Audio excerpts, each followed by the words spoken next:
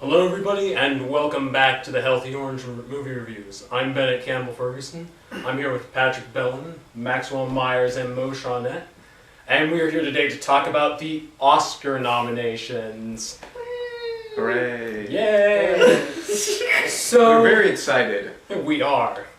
Sometimes. In some respects. So I'd like to introduce our friend, the Oscar that's falling apart, but who is making a cameo out of duty nonetheless. He might be old. Paying him.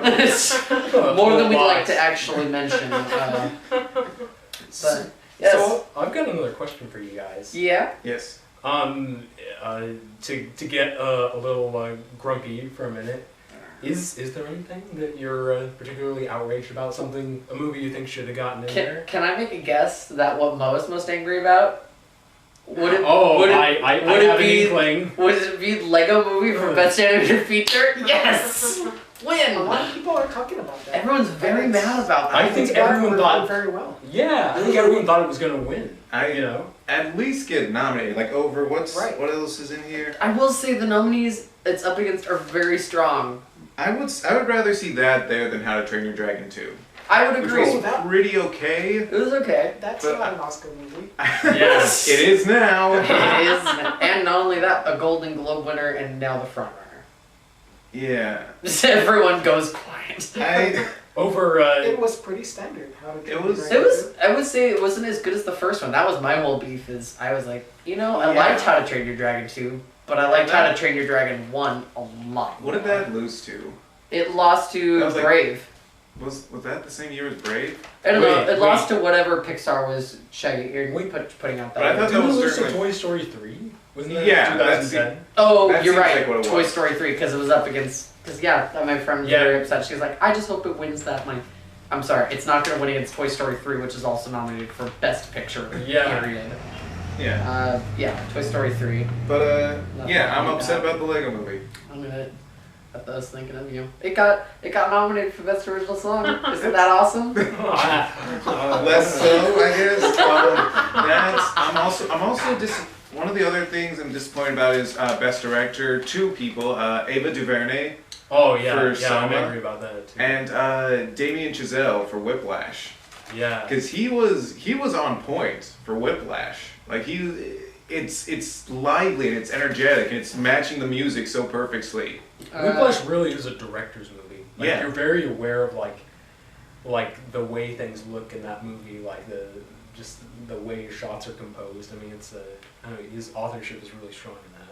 I haven't seen them, but I mean, the way voting shakes out, it's the Directors Guild that directly nominates who should be nominated for Best Director. Right. And I know everyone was very upset because Ava DuVernay. That's hard to say. She did not get nominated, but at the same time, it's really hard for. I mean, this is her. I think someone said like second or third, like full-length feature film she's directed, and this is Damien Chazelle's first.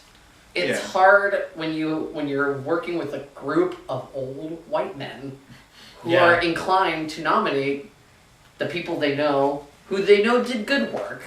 Can we say that, at least agree that the directors nominated did good work? I would agree with that. I'm not sure. I would have put Ava DuVernay or Damien Chazelle above Morton Tilda for The Imitation Game.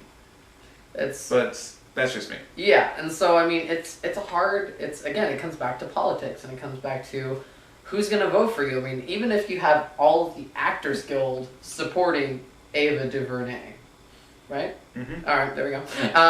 You still have to. It's the Directors Guild you have to go through to get the nomination, and that's just the way it shakes out. And I don't know. It's hard for first-time directors to get that nomination. Aside from Ben Zeitlin, who got nominated for Beasts of the Southern Wild, but that was a really adventurous movie that no one saw coming. For these major awards, it's as if they want you to put out a body of work rather than. You kind of have to put in your time. I mean, good lord, look at Scorsese. How many great movies he had to put out before he A, got the nomination, and then B, finally win it. Steven Spielberg didn't get his first nomination until Schindler's List.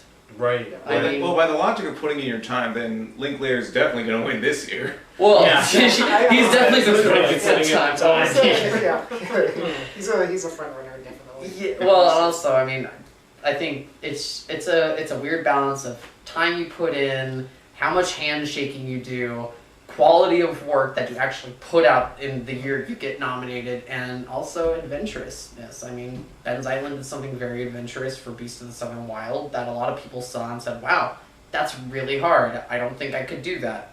And so we got the nomination but didn't win. Right. And I think everyone's going to look at Linklater and go, wow, that's really hard. I don't think I could do that. I'm definitely not going to do it now. He's probably going to win it because he's a really good director and he's put in the time. It's a sad fact, but it's the facts. Did they keep this quiet? Because I've never heard of Boyhood that was even in production until last year.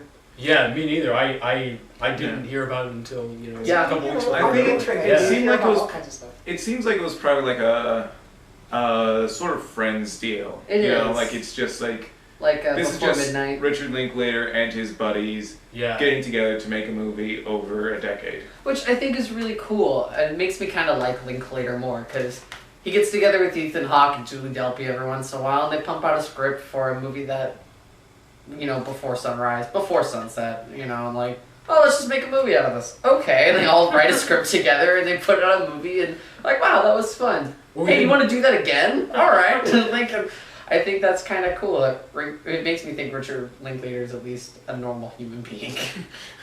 I remember we didn't even hear about it before midnight until they finished shooting. Yeah. Like all of a sudden there was the first image. I mean, it could just be because Linklater is a smaller director. I Right. think he's Maybe. kind of underrated. I'm surprised he doesn't do bigger movies.